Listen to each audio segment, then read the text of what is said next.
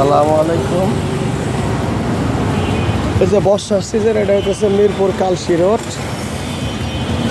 এটা গত পরশু দিন, গতকাল বা পরশু দিনে যে এই পর্যন্ত পানিতে ডুবে চালানোর ফলে হঠাৎ করে আজকে স্টার্ট হচ্ছে না।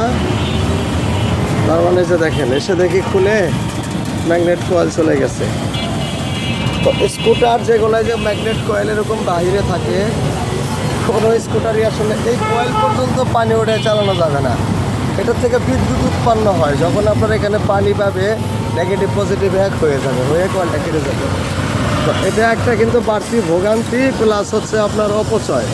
কারণ আপনি ইমার্জেন্সি জরুরি কাজে বেরিয়ে যাচ্ছেন, তখন আপনার এই কয়েলটা কেটে গেল, তখন আপনার অবস্থাটা কী হবে বলেন?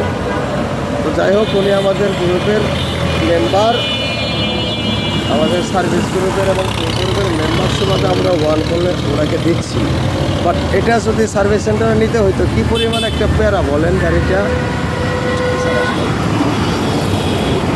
হোক, আপনারা যে বৃষ্টিতে স্কুটার অন্তত 6 ইঞ্চি পানির উপরে চালাবেন না, ভুলেও না। চালাইলে আজকে না হোক কাল, হয়তো 2-3 দিন চলবে, 4-5 দিন পরে কয়েল কাটবে, ভাব নাই।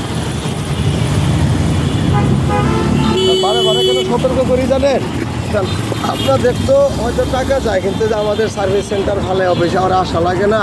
ধরেন এখন হলো লাঞ্চ আওয়ার, এই টাইমটাই সে যে রাস্তার ভিতরে কাজ করা লাগতেছে। এই জন্যই মূলত আমরা বারে বারে সতর্ক করি যে আপনারও ভোগান্তি, আমাদেরও ভোগান্তি। ধন্যবাদ।